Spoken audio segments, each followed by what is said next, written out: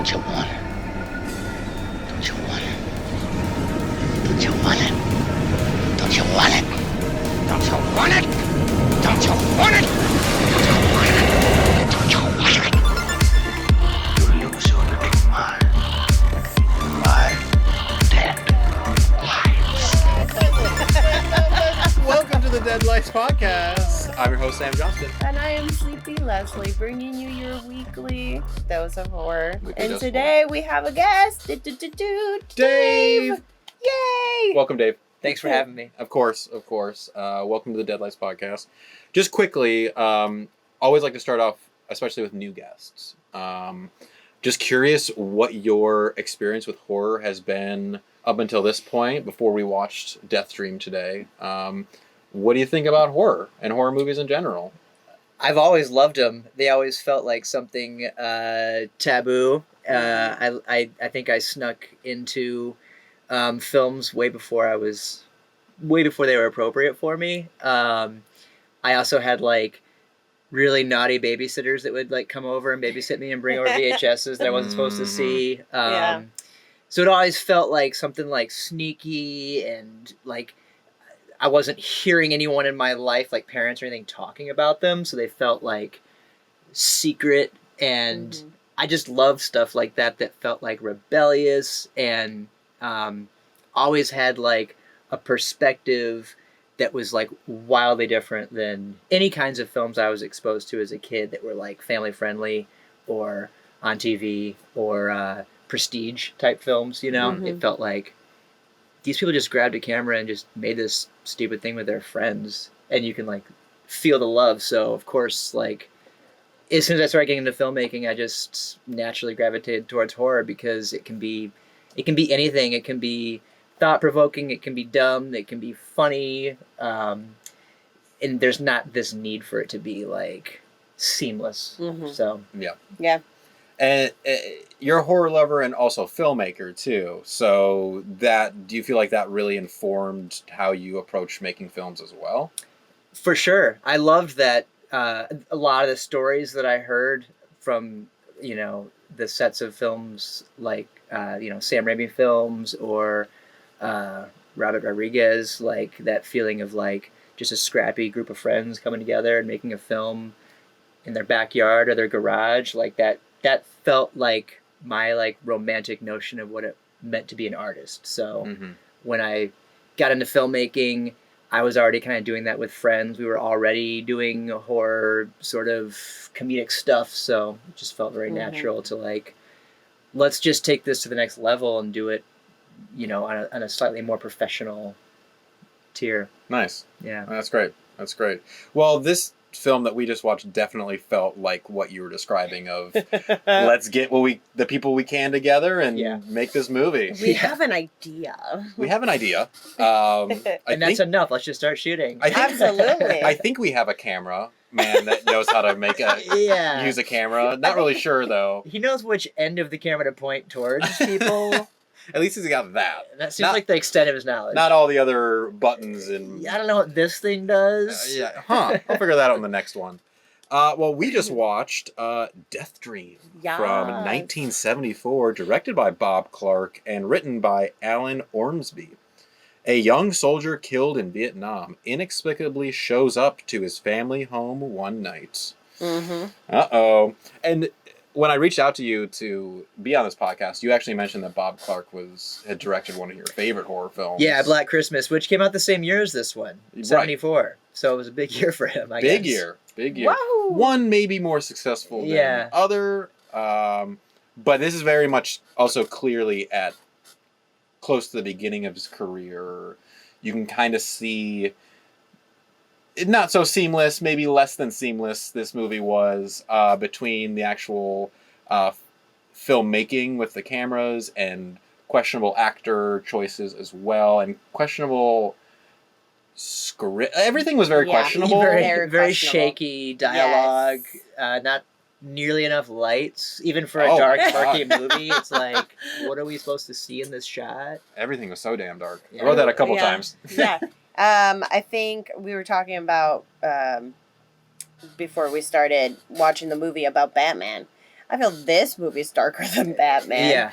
Yeah. Lighting wise. It has more of an excuse, though, I would say. True, yes. Yeah, being a independent early film, I would forgive this a little more than I would Batman for sure. Yeah. But I mean, ultimately, this movie though is centered around war and kind of the fallout of war that isn't on the battlefield. You know, when soldiers come home or when they don't come home, what are the effects that it has on the soldiers and also their families, which I actually very much enjoyed that kind of exploration. It's a very timely exploration of it coming out in 74, fresh out of Vietnam.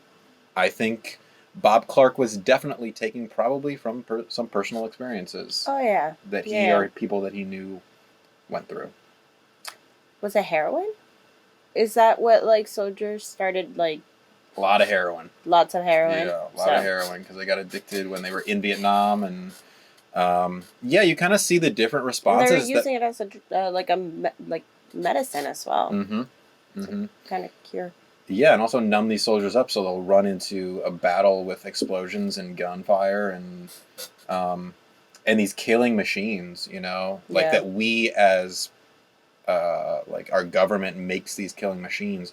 What happens when they return home? Yeah. Well, and just like there was a lot of imagery in the movie around like syringes, and it's like we're talking when we're watching it now, we're talking about like, oh look, Andy has this PTSD that like no one around him is recognizing because they're from the previous generation, the World War II generation, which is like silent generation. We don't talk about anything. And I got over it. What the hell's wrong with Andy? Like, he should just buck up, you know? Like, his mom coddled him too much. That was like the excuse they used. 2 days. Yeah. He had just arrived from Nam, and then the dad is like, you should get back to work. Stop rocking the rocking chair, you idiot. Everyone was, except for the mother. Yeah. Everyone was like, why isn't he the same as he was before he left? And then the mother's reaction was honestly kind of like the extreme opposite of that, of like being too understanding of he's gone through a lot. We have to give him time.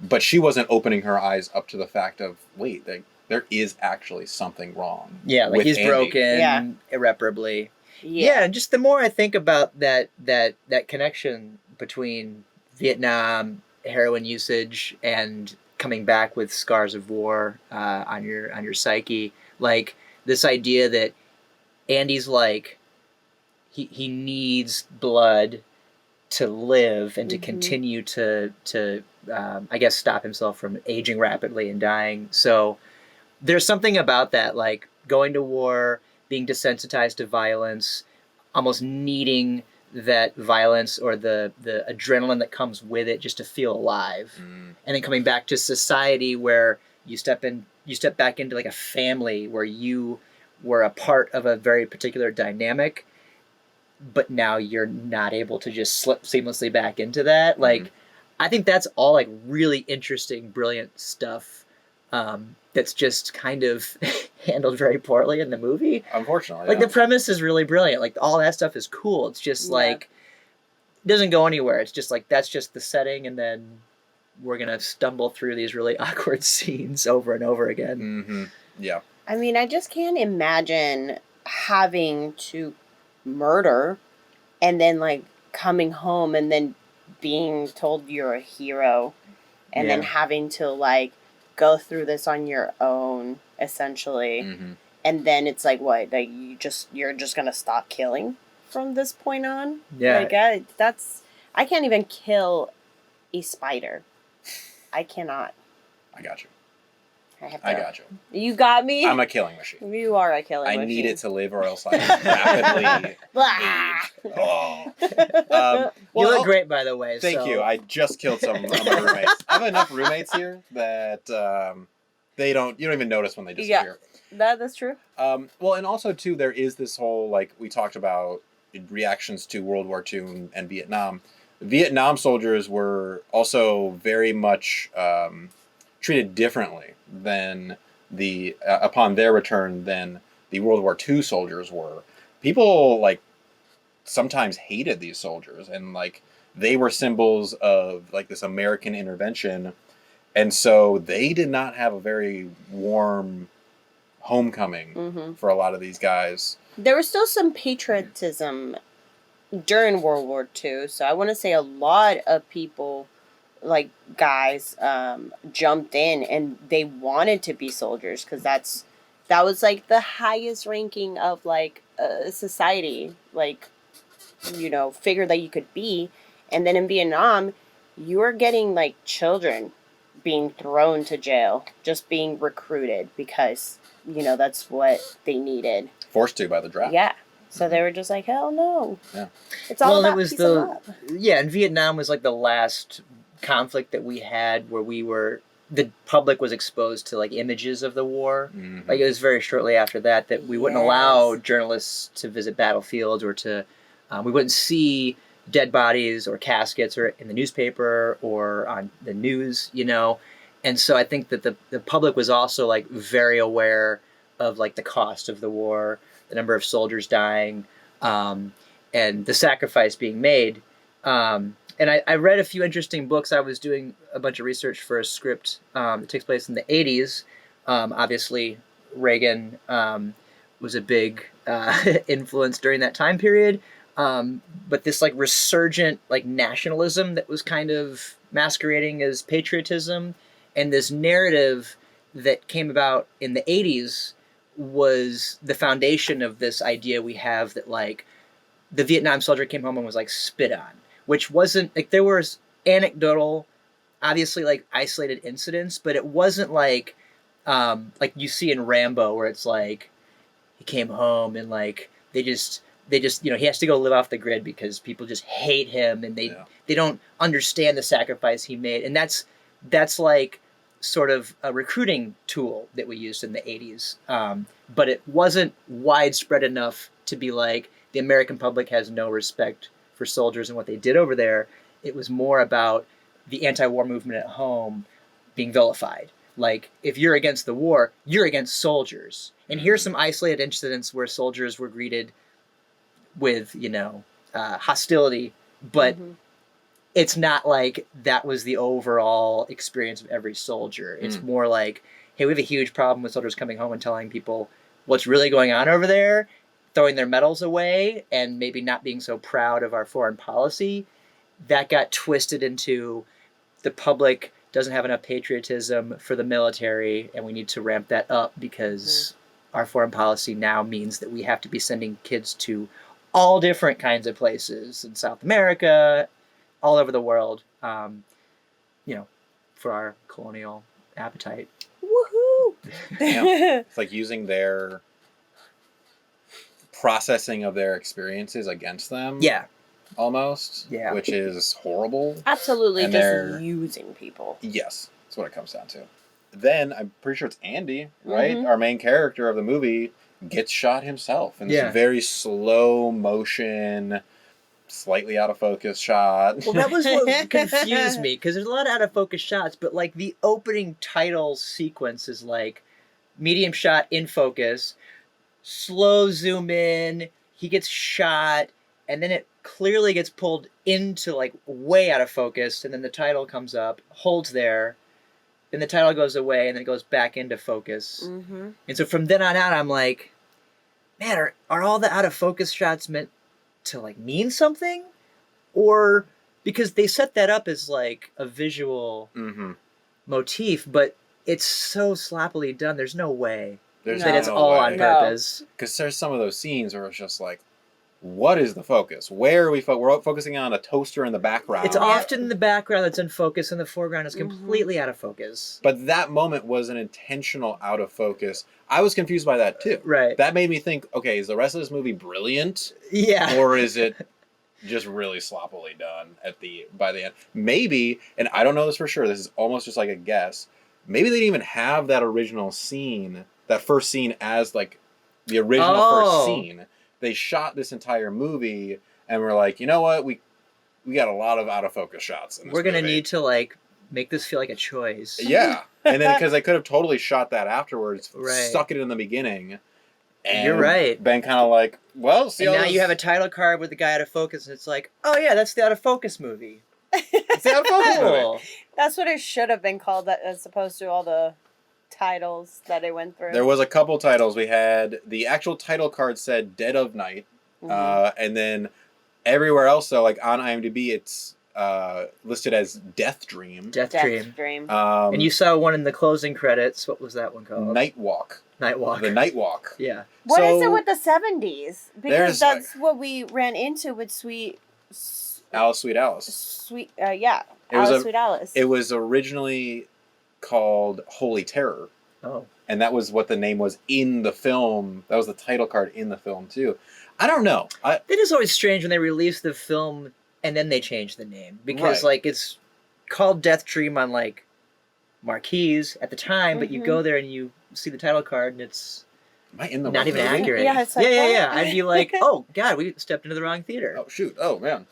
We stepped into a movie that's all out of focus. Oh, shoot. We're in the wrong theater. I mean, for the first couple of minutes, I thought it was my eyesight. We But all also, have to put I on was kind of glasses. like, I was kind of just like, weird, a little dizzy and a little sleepy. This is like one of those, it's kind of like a 3D movie where you have to wear special glasses before you enter, Right. but they're actually to put your eyes out of focus so everything is in Right, focus. like you have to calibrate Yes. your perfect eyesight with the imperfect Yeah. film. Yeah. Okay, so I'm back on the side of this movie's brilliant. It could This movie be. is brilliant. Because in the first few scenes, it was like the family was out of focus, and then they would cut to close-ups of Andy, and he's in like sharp focus, and I was Mhm. like, oh, so like they're just like this background haze that he can't focus on because he's like in his own world, and the whole, he's got this distance. He's like in a murky sort of like death dream. But then there were other shots where I'm like, no, he's out of focus too. There's no consistency to the. There isn't. And that's what makes me think maybe they shot this first scene post, and they were like, we just have to like make a little bit. I think of I like excuse. that theory the best. That's the only one that makes sense. It's the only one that makes sense. That's all I can. That's how I rationalize it. Yeah. But Yeah. I think it was just someone didn't know how to use the focus ring. So I read a little bit about like the genesis of this project being based on the short story Monkey's Paw. So that's a much older story involving like a father comes home and he's got this monkey paw, and I believe that their son has gone off to some war or something, and he makes a wish, and then the monkey paw like shifts in his hand, and that's really concerning. And then I think their son dies somehow, and then like knocks on the door and like appears at the end or something. So it's based on this like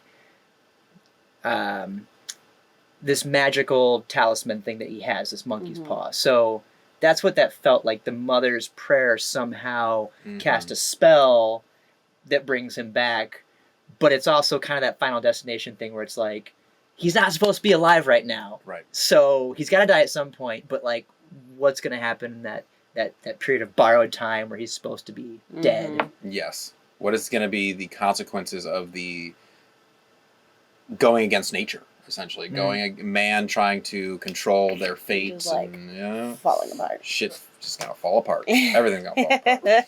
The POV camera is moving towards the house. It's coming out of the truck Yes. first, and then going towards the house. That and felt then, pretty Halloween-y to me. yes, it is. I just did like this POV moment because did then too. it was walking into the parents' bedroom and kind of like looming over the bed, and the music is like starting to get heightened, and then suddenly he is woken up by the sister. Yeah. There's kind of like a fake out moment. She's like, misdirect. "There's some noise downstairs." I really like that. Yeah. And then they all have to go downstairs to figure Get your out. gun and then go downstairs. I definitely, I was like, this family affair is so funny. It's just like the sister, she could have done that by herself if she, Right. you know. Yeah. But everybody goes with dad. I'm going with Dad, going downstairs. And actually, this was one of the moments where I was like, okay, this camera work is actually kind of working for me because they're following in front of the father, and it's a really low angle shot looking up at him. Yeah.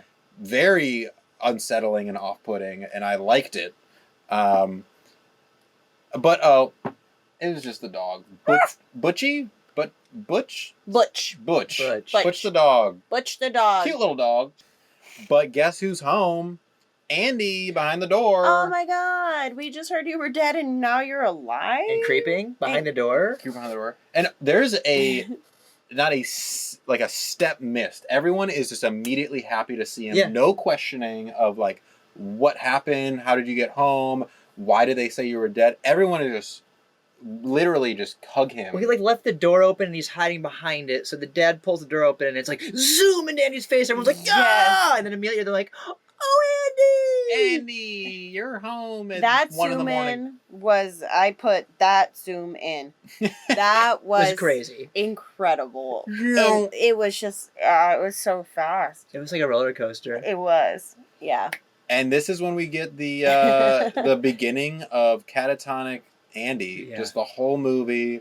His performance is just like, just Deadpan. deadpan, dead eyes, rocking in his rocking chair the entire time. The way his mom brought him back, it seems like. Oh, she was in that she was in the rocking chair.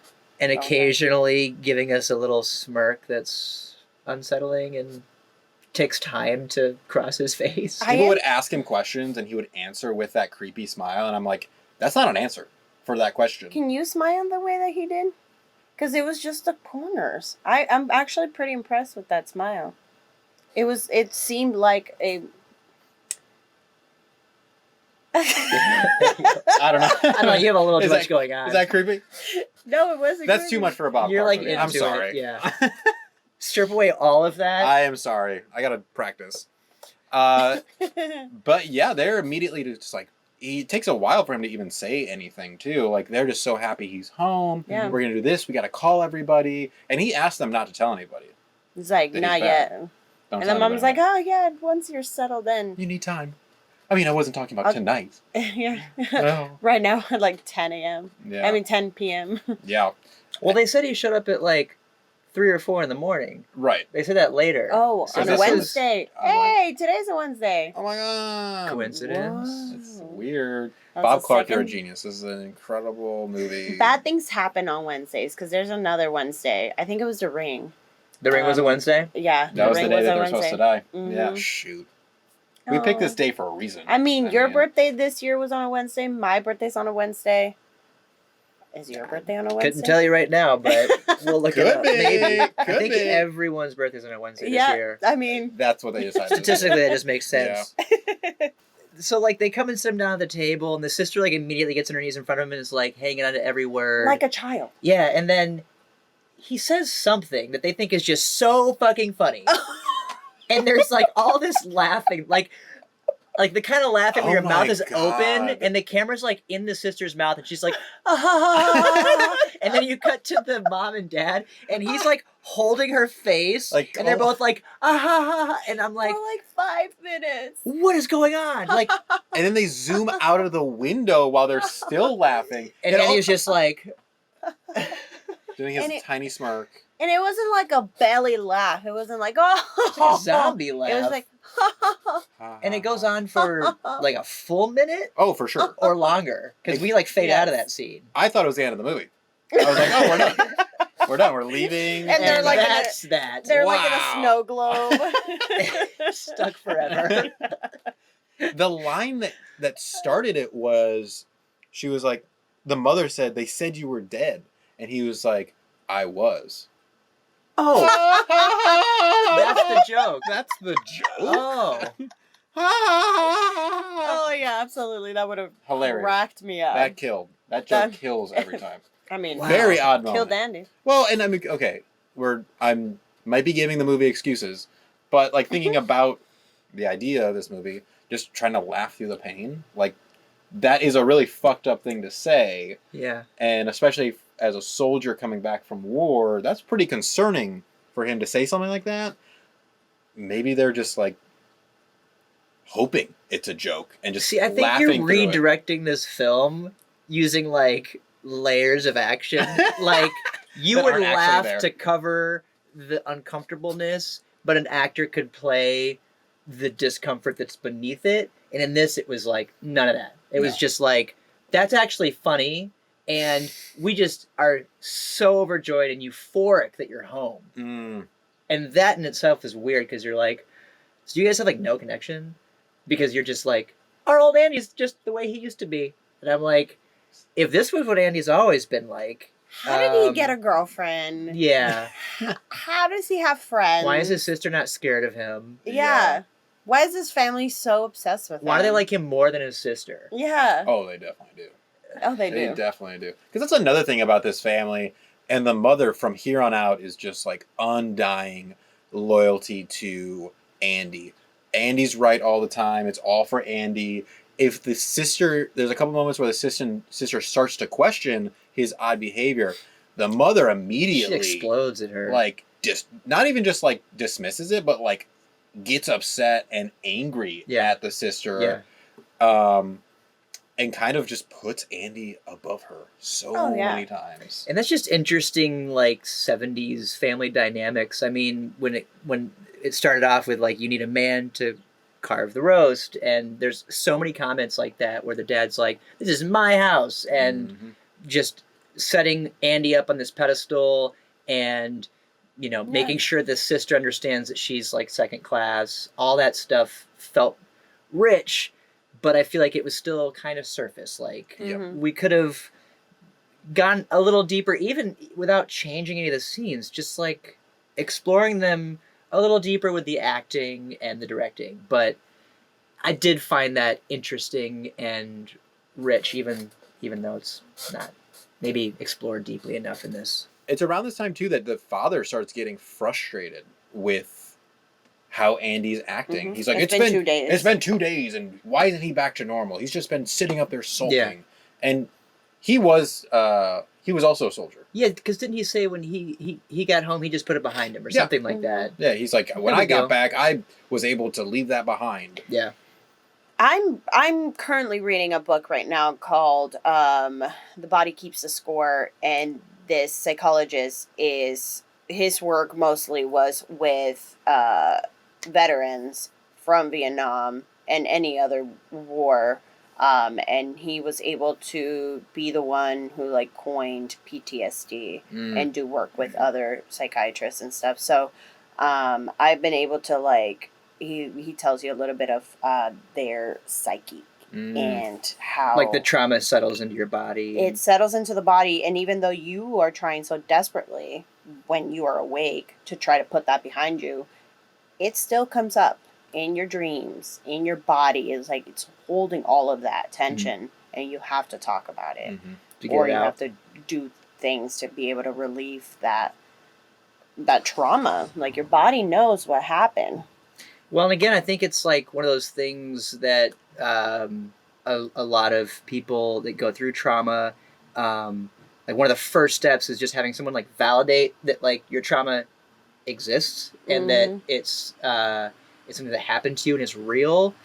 I think that's part of the issue here is like people coming home from World War II were fighting a war that I don't think in general the American public were very much for the actions of the U.S. military during World War II, whereas you come home and it's like, we don't want to hear about it. We don't want to acknowledge any wrongdoing or the fact that like people are being irreparably damaged. So you're in this zone where it's like, I have to go through this by myself. No one is going to tell me that this is normal and that it's okay, and that it's something we can maybe work together to get through. That is probably part of the reaction.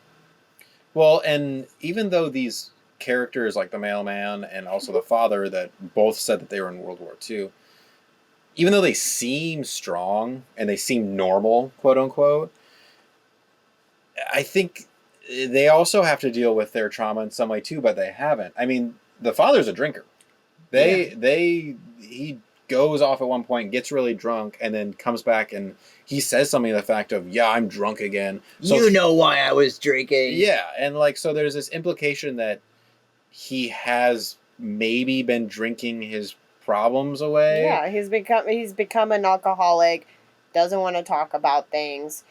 He gets a little violent with his family. He starts shoving so people. Much grabbing of women and throwing them around and being like, this is my house. And shut up. And, you know, the only only thing the dad had shown any sort of, you know, intimacy or like connection with is the dog. And we'll get to that part. He absolutely loves the dog. That's typical, right? He probably didn't even want the dog, and now they're like best now friends. they're best friends, yeah. Yep. Oh yeah, he loves. I the mean, dog. he had that little, you know, like, come here. Yeah, Butch. the dog knew exactly what to do. Oh.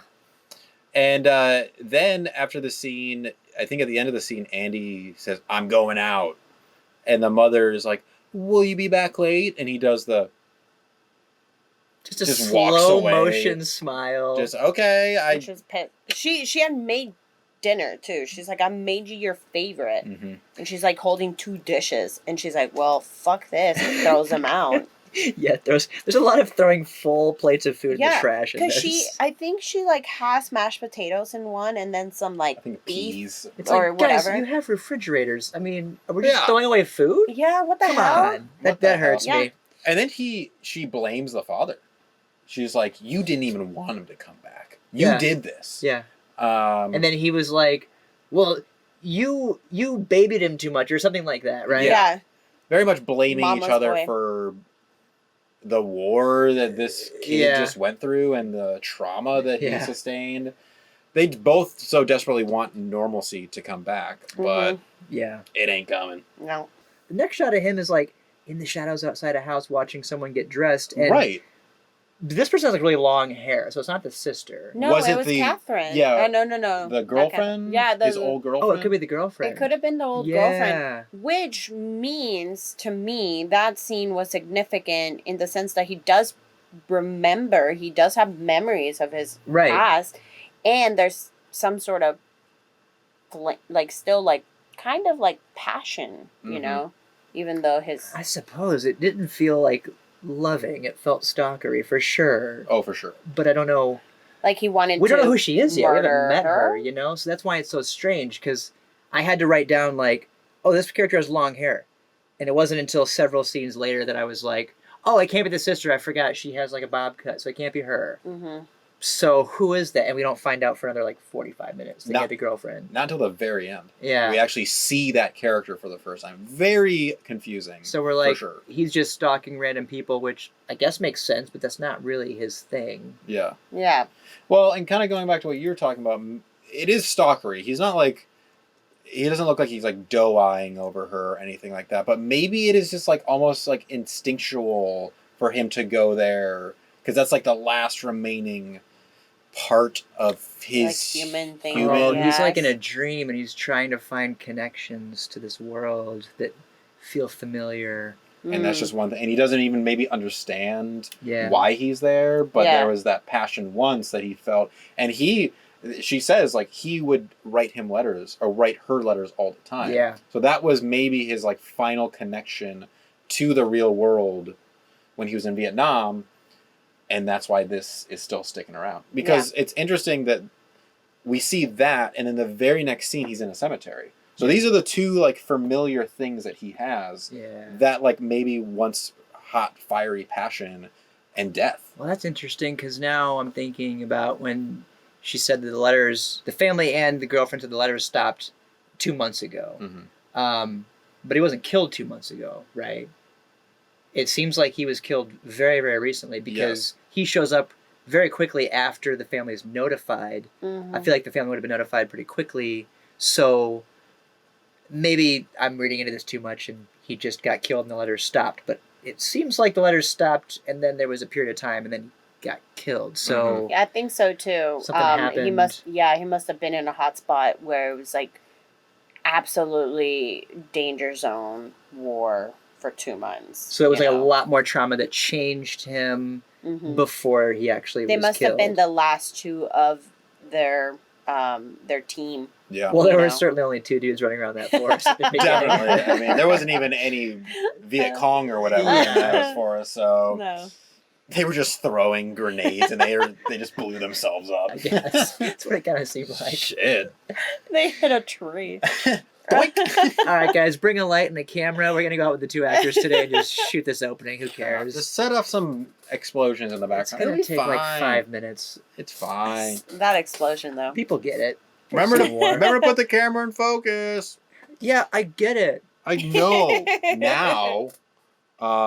Yeah, and he ends the scene with scratching something into a tombstone. Mm-hmm. We don't see it yet. Yeah. I mean, I think But he it's looks really satisfied, like on his face. He's like, yeah, this is what I should be doing right now. Yeah. And you're like, what's the plan? what I presumed is that he went up to his own grave, and then scratched out the year that he was. Nobody scratched his name, his full name. Yeah, because you didn't see the last shot. Oh, I didn't. It was see like that. fully scratched in, like his name and his birth and death year were all scratched in. And it was like clearly just a blank tombstone. For some reason, they had a blank tombstone just hanging out, ready to be filled, I guess. Because he buries himself too, which means there's not even like a body there. So why is there a... Did he dig that hole when he was right. there too? He must have, because it wasn't very deep, but like when he gets to the cemetery at the end, the hole's already there, so he probably dug it. And also, the that's hell? like... So did he know that he was going to eventually come back to this Like grave? that was the goal or something. But I don't know. But he must kept have- trying to keep himself alive. Right. Yeah. So So he had unfinished business, which was killing his girlfriend, or And doctor... Well, like if we're gonna relate and this, possibly sister. Oh. Now I can mean, rest. if we're relating this to drugs, because there's a clear scene that just like looked very Oh, much I think you're about to say something brilliant. that. I mean, drugs are gonna kill you, and you're gonna keep going after them, and you know what they are, Yeah. but you need them. So he needed the blood to feel alive. Yeah, the Like, he French knew have that he this was term, gonna the die. call of the void, which I like so much, Yes, which is call of like the you're void. looking, like if you ever look over the edge of a tall building and you get that feeling, and for just like a half second, you kind of want to jump. Yeah.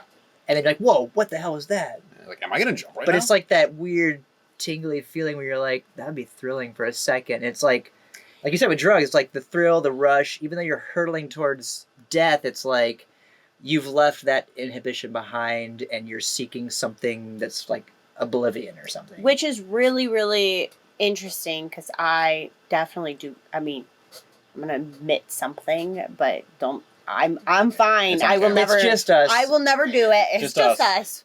us. But I definitely do get that feeling when the train is passing by, and I'm just like, ooh. Yeah. It's I'm a like, holy weird shit. half second. Yeah. Yeah, Like, I'm just like, no. it'd be so easy to just like jump in front of the train. Mm-hmm. But no. Don't do that. No. I'm That's a lot of cleanup. not. No. That's It's a lot. That's my main And concern. trauma That's the for worst everybody part. else. Yeah. Oh. It's a trauma for me. I don't want to give that to But it's really the mess. millions of people. It's really the It's mess. really the best. Think about the janitors that gotta work on Yeah, that. I I mean, the trauma. The trauma. And then it's at that moment that the doctor and the father do show up. Yeah. And the doctor does this like in-home examination, which isn't an examination. It's more of like an investigation. Have him come in for a more thorough examination. No, come on in. I'll give you a free exam. And he's like, "Do you hear that, son? I'll give you a free exam." Hey. Great. Hear that, Andy? You don't have to pay $5, Andy. Yeah, like as if cupping his balls and coughing is gonna like solve the problem. Oh yeah. Oh yeah. I think we need like a psychiatrist here. Oh yeah.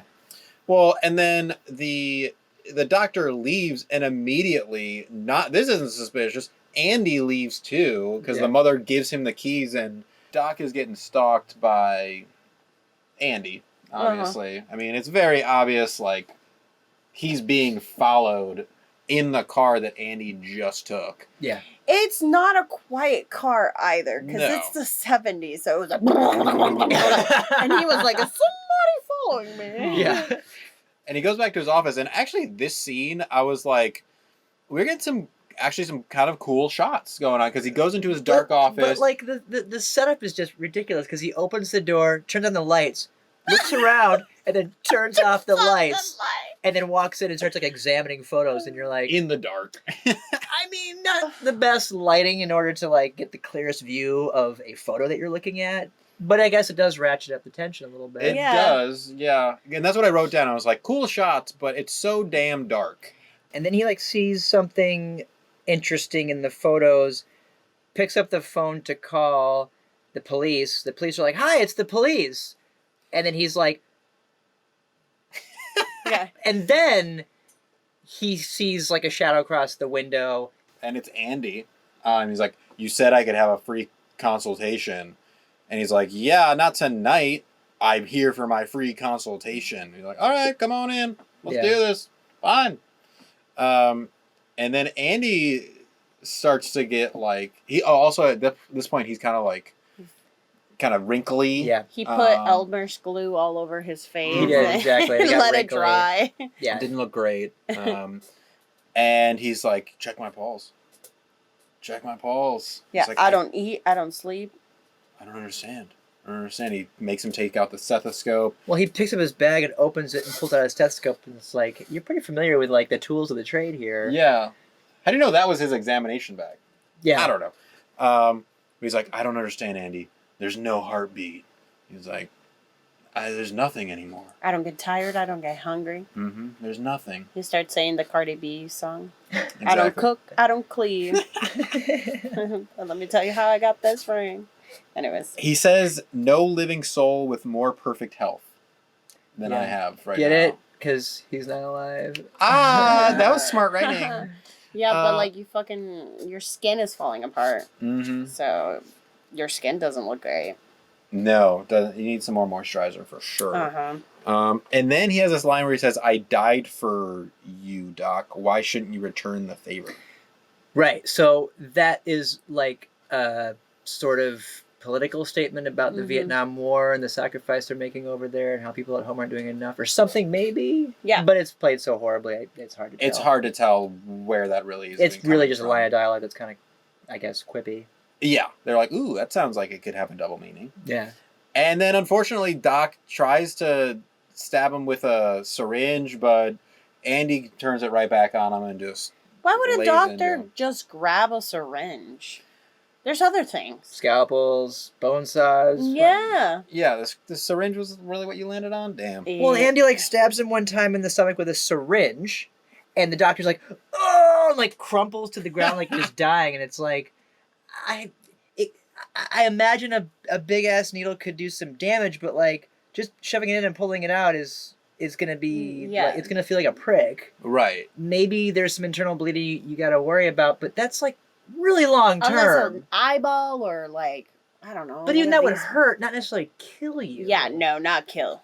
And I get it, like you're stabbing a bunch here, but like at a certain point, it is just a syringe. It'd probably break off. It would break off. That's exactly why I was like, this is not. And they're like, we found the body with all kinds of tiny little holes all over it, probably drug related. It's like, who shoots heroin like this? I need more! That doctor had a lot more habits than we thought he did. I can't find a vein.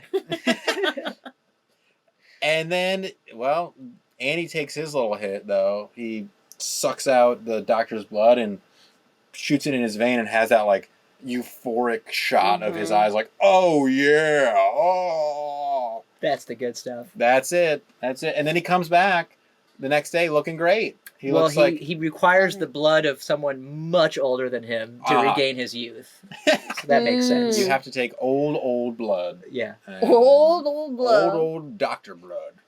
But meanwhile, Andy's going on a double date. Andy's pulling out all the stops with the costume. You know, he really gets dressed up for this date. Yeah, he comes down looking like he's in Velvet Underground or something. Yeah. Oh my God, he's got the big glasses, white turtleneck, black leather gloves. Yeah. Oh, he's looking to fuck. And he just walks around like he's Andy Warhol, and he's just like aloof and. Are we doing this? Yeah. Are we going? But yes, then we're on this fantastic double date, and we want a love connection to go on in the back seat of your brother. Like, there's a sibling thing going on. It was kind of weird. Yeah. Because Bob and Catherine get out of the car to give them some alone time in the back. Well, so Catherine says something like, let's go get some popcorn. He's like, I'm not hungry, I just ate. Which, first of all, it's like, you can always eat popcorn. What the fuck are you talking about? Weirdo. But then she's like, well, I have this... she says something like, I have a complex where I have to eat popcorn, or I have something. I'm neurotic and I need to eat neurotic and I have to eat popcorn during the movie. And he's like... And then they like look in the back seat and they're both like, better give them some privacy. How was that his cue? And I'm How like, is that- why would your sister be into her brother getting some action or yeah, In the same ugh. car. like get her? Regardless brother. of whether Yeah. my brother's coming back from war, I'm not gonna be like, yeah, you bang in my boyfriend's car. Yeah, no. We'll be right back. No, thank But you. also, I do relate with the whole neurotic kind of thing. Sure. I mean, it wasn't until I stopped eating my candy when I fell asleep, That makes sense. Yeah, fair. and Well- I stopped taking notes too at that point. Yeah. Yeah. So that's probably like the most relatable part about this movie. The most real part about this movie Yeah, is for me, neuroses about eating popcorn. you need Sure. to either be writing or eating in Yes, order for me to. But not I fall don't asleep. agree that you're ever too full for popcorn. That's No, ridiculous. never. You can eat popcorn forever. I Forever. literally have gone to the movies being absolutely full and Mhm. still getting a large bag of Of popcorn.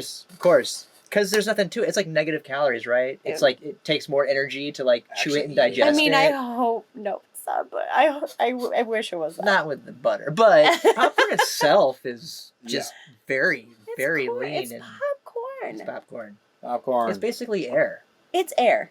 It's basically breathing. I for your stomach. I actually thought when I was little that marshmallows had 0 calories Because they're so fluffy. because they're And like cotton yeah. candy. Yeah, I didn't Uh-huh. know it was made out of sugar. I won't tell you the truth.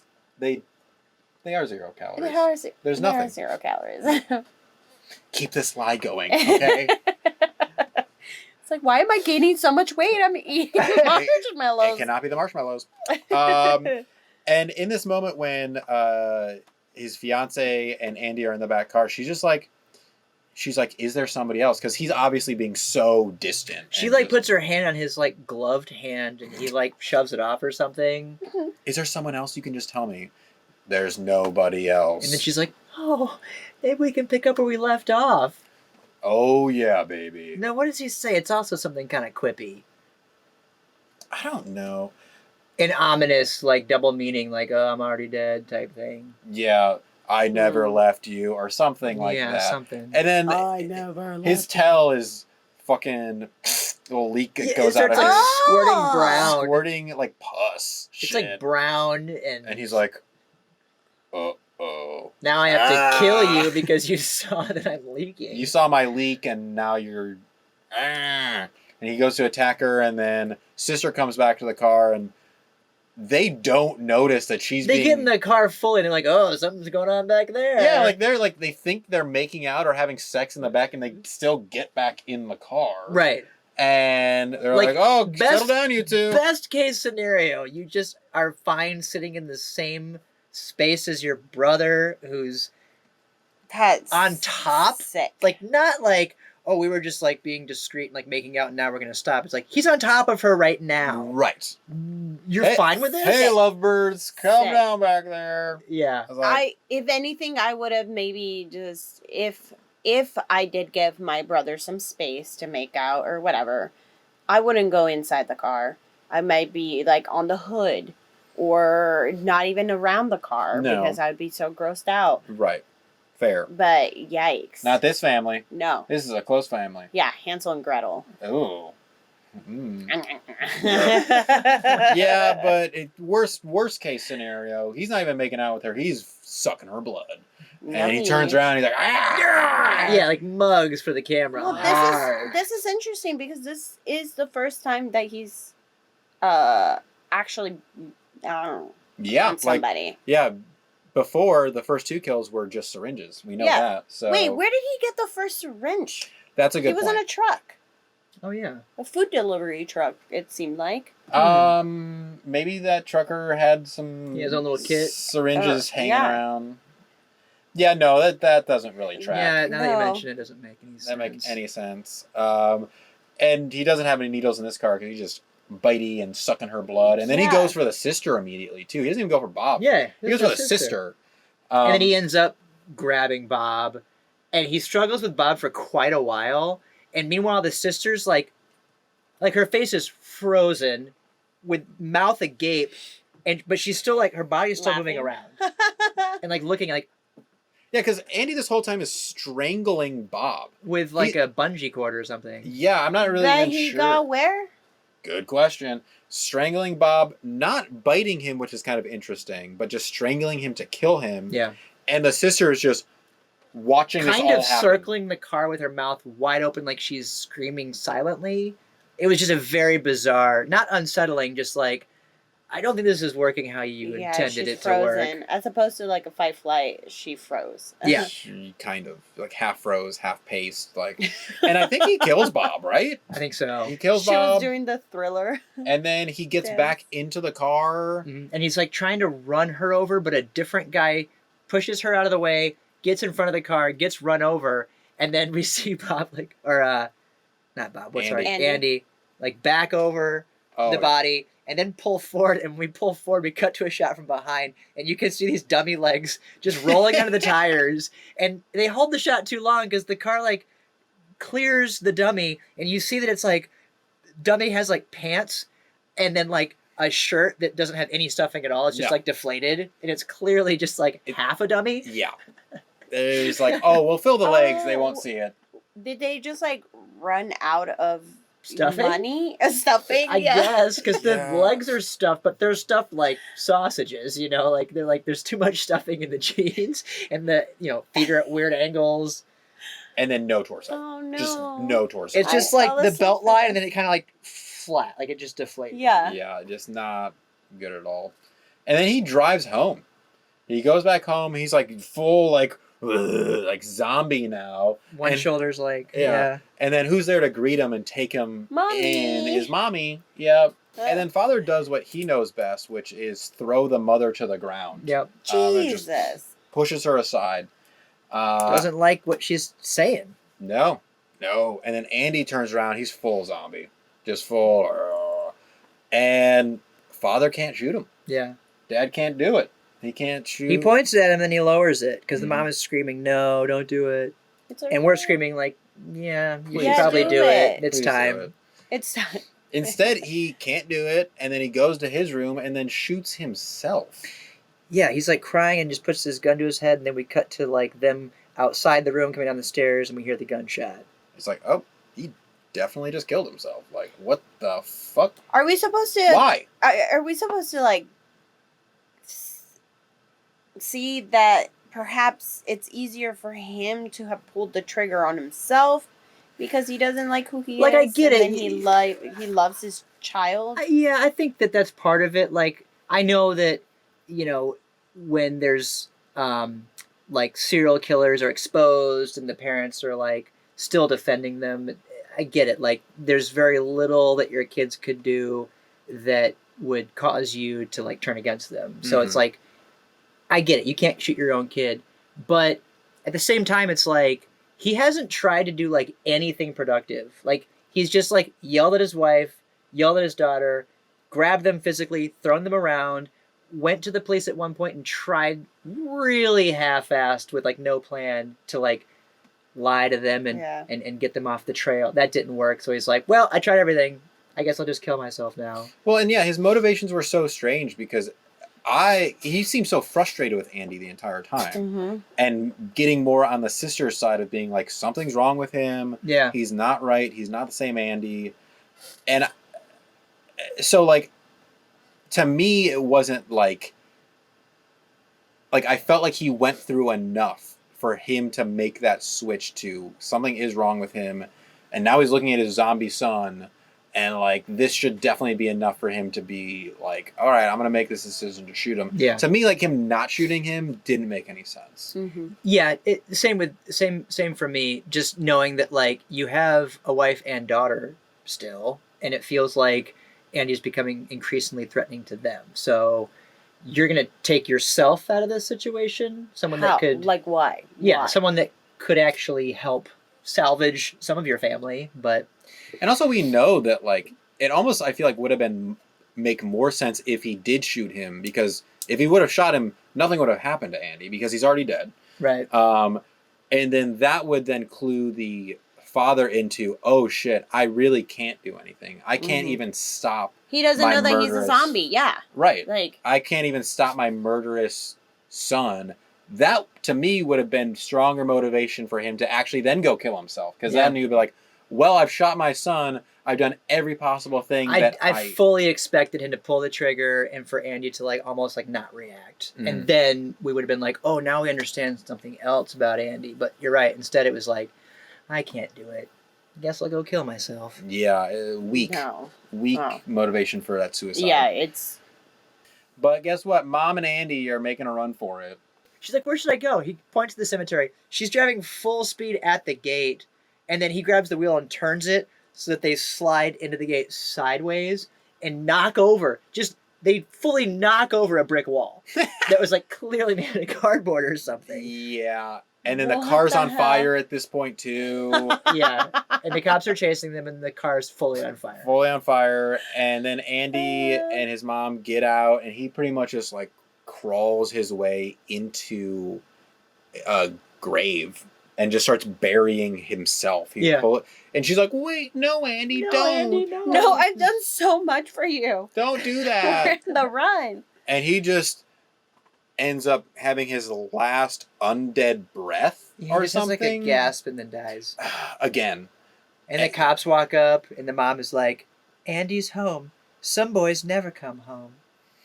And they just walk And the off. cops are like, all right. And they just turn around and walk away. All right. Good. We've done everything we could here. Okay, so next time that I'm on the run, I'm gonna also pull that. Just go to a Make cemetery. myself a grave. Guys, no, I'm Make dead. myself- I'm dead. I'm dead, everybody.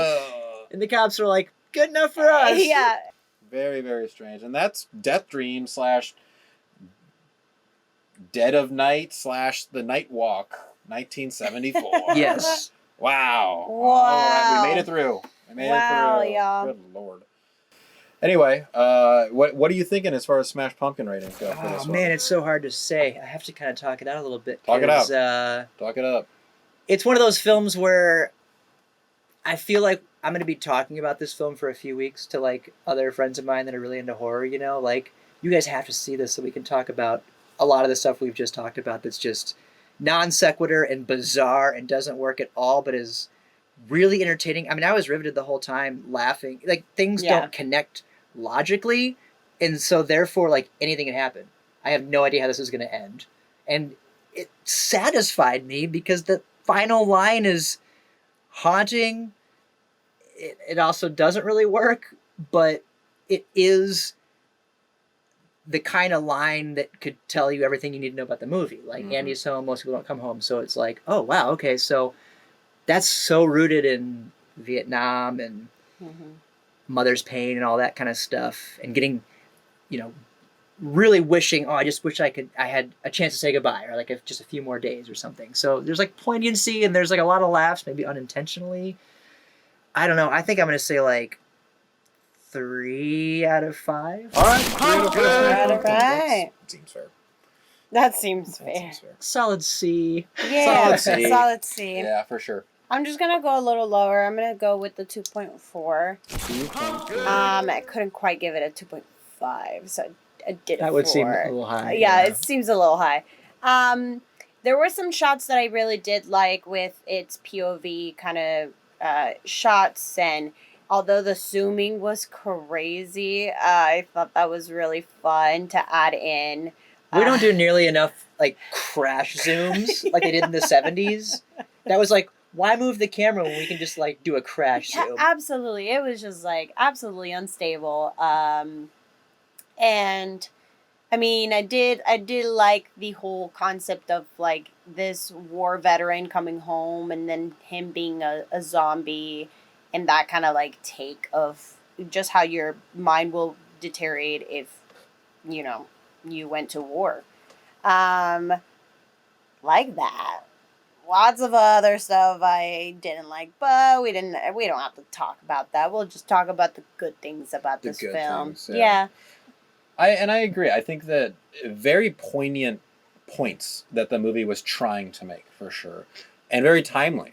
And I thought that I really did like this concept of, you know, these soldiers struggling, and we have these like this generational thing too with like World War II happening somewhat recently, and then the next generation is dealing with Vietnam, and how are the responses different? And they did actually touch on that within the movie. And also this drug concept as well of these are the things that these soldiers found to help them deal with the shit that they went through. And so there were definitely some very poignant and very interesting things that the movie was exploring. Very much appreciate it for that. And there were some times when I really did like the cinematography in this movie.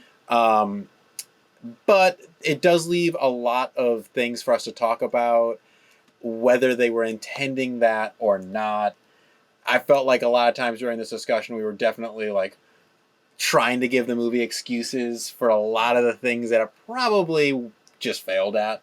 Unfortunately. But that's the thing about like a film this ambitious. Like, there's an energy to it, and everyone gives a shit, clearly. Sure. Nobody phoned it in. Like, people are trying their best. And so, like, I feel like you just get carried away with that enthusiasm, whereas sometimes you see things more polished and you're like, yeah, it's kind of lifeless. And to give it credit, like, we did just have a pretty long conversation about a lot of those things that it was trying to talk about. Yeah. And it did leave us with a lot of questions and a lot of actually like social commentary to talk about. And so I do appreciate it for that. And I like that it did do that. So I think I am also going to give this movie a 3.5. 3.5. Cool. For Deathdream. Wonderful. Cool. Wow. Well, thanks, Dave, for coming in. Thanks for having me. This was walking fun. Through the Deathdream. I'm really glad you picked a movie that I had like never even heard of. I was worried it was going to be something that's like part of like the big canon, and then I have to like, I gotta figure out something new and fresh to say about Halloween. Like, no, it's been picked over. I don't know that I've heard anyone. I don't know that anyone's talked about this movie on a podcast before. Ooh. Could that be true? I don't know. It could be. I'm going to say Probably. it is. I think it's the first time. Just like the focus was a choice in this movie. Yeah. We're going to say that's true, too. Okay, cool. So I like every that. out of focus shot was a choice. Yes. And I'm totally right about I love it. And this no, being I the agree first with you. time. I think that these movies are sometimes the more fun ones to review in a way because none of us had seen this movie before. no expectations. No I expectation. didn't know what it was. No idea. So, Yeah. fuck it. That kind of just, to me, makes it a more fun, enjoyable experience for all Agreed. Oh, yeah. of us. But last thing that we have to do with this podcast is pick our film for next week. Ooh. And as the guest, you get to do it. Yeah. So really, there's like over 100 movies in there. Did you guys just think of these and just keep throwing them in, or you? Yes. Yeah. So Suggestions. lists of movies of like 100 horror movies you have to see. There's a mix of kind of what you're talking about of like definitely the heavy hitters are in here. Yeah. But also these ones of lists of horror movies that you've never heard of. Right. But have to Right, see. Right. Top And really underrated. disturbing. Yeah. Yeah. Do you guys continuously? Mhm. Cool. Yes. It just grows. Let's It see grows. what this is. So read the log line first, and we'll see if we can guess. Okay, that's this what's- paragraph here. Yeah. A man imprisons his estranged junkie friend in an isolated cabin in the boonies of San Diego to force him through a week of sobriety, but the events of that week are being mysteriously manipulated. I haven't looked at it yet, but I have seen this. You have seen this. I It's actually very good. don't know I what don't know this which is. one you're- It's very good. It's a recent film. It's called Resolution. Resolution. From 2012. These guys, Justin Benson and Aaron Moorhead, they're known for doing a lot of these high concept horror films that have to do with like time travel sometimes or like alternate dimensions, but it's like done in a really sort of naturalistic way. Yeah. So it's not like a lot of special effects. It's like weird like time blips or like inconsistencies in reality. And Which reminds me of the recent movies that we've watched, Ritual. Which yeah, it's got that vibe. Like they're out in the woods. I love that. Yeah. I'm excited. And it's like friends that have like really, really good chemistry. Like the banter in these movies is the opposite of what we just saw. It's like you can tell that the characters in the scene are played by actors who are like best friends, you know, because they have this really great chemistry, this back and forth thing going on. So you feel like you know the characters super well right off the bat. And then things can start to go crazy because then it's like you're already anchored. Oh my goodness. Very cool. I think that's you'll like it. I amazing. can't wait to hear Oh, you guys talk yeah. about it because I think that they've come out with a couple movies since then that I also really, really liked. So. Great. Amazing. Isn't that kind of funny how the horror fates have given us pretty much a polar opposite movie? And also a movie that you've seen that you just picked out of that bucket that neither of us have seen before. Funny. That's amazing. Typically, that's so cool. This is why I love doing the randomness, because typically it just opens us up to seeing movies that maybe we've never seen before. Or... It also helps us, at least I'll speak on my own behalf, but making me appreciate more and more of these kind of like earlier films in which we can clearly see whether they're successful or not in all of their like topics or whatever. They give us like kind of like a stepping stool, and then it makes these kind of movies kind of like be highlighted because of that. Yeah, it's got a similar ethos where you can tell it's like these guys are just friends that wrote this movie and shot it themselves with all their friends. Nice. But I would say their films are like meticulous, whereas this film felt like super sloppy, not like nearly as intentional. Yeah. These, at least this one, I do remember like what's satisfying is like every single tiny detail in the first act is like setting something up for later. So it's all very intentional and very like specific, and they do that thing where you get just enough so that's like in your brain, but it doesn't stick out to you as being like, this is important. But later you're like, oh, that's what that was. That little tiny shadow was like this thing, you know? Whoa. You'll love it. Oh, that's Awesome. going to be amazing. Sounds great. Ooh, Wow. I'm excited. Thank you, Dave, so much for being here. Thanks for having me. This was a blast. I've been picking that listening to you movie. guys. I think I listened to your first like 5 or 10 episodes or something like that. Oh, wow. Great. Amazing. You've been researching. I think it was The Platform was one of the early ones. Yes, I it love was the that very movie. That was the first first one. one. Oh, I love that Yeah. movie too. It's Yeah. one of my So favorite good. ones. Yeah. Oh. Well, cool. Plug yourself, please, before we get out of here. Yeah, so I'm actually the artistic director at Soft Cage Films, which is a nonprofit film production company in Chicago. We do a lot of social justice-oriented work, so trying to use our art to dismantle harmful systems of oppression and uplift marginalized voices. So we do documentaries, feature length, but also sort of these like micro documentaries that are tracking like different protest movements and sort of like dispatches from the front line to give people a sense of like what's happening on the streets and with different movement, threads of different protest movements. But we also love doing narrative films. So we've done 3 feature-length narrative films and some shorts, and we have some like really exciting stuff coming up. I'm developing a horror film right now that I'm really excited about. Oh, that's so exciting. It's called Anti-Life. Ooh. And it does touch on the issue of abortion from the perspective of a young woman who is impregnated against her will, and because she actually works for one of these anti-abortion, religious groups, she has very limited options. Interesting. Whoa. Sounds scary. It's going to be That fucked sounds up. scary. Yeah. Damn. Awesome. Where can I audition? I don't know that yet. Do you have a website or something? Softcagefilms.com. Cool. Nothing about this film yet. It's still, I've written the script. We're developing it into a concept trailer we're going to shoot later this summer. So Very cool. We're working on music right now. Awesome. Wow. Amazing. Definitely will be on the lookout for that. Yeah. That's great. You can follow me on Instagram, Color Me Leslie. And me at Beep Beep Richie T. Also check out the Deadlights pod. That's us. And also Playground Social, which is the studio that we are currently recording this from. This table. This table right here. But until next time, let's get spooky. Get spooky. Night Walk, Dead by Dawn, or whatever this movie's called. 5 working titles.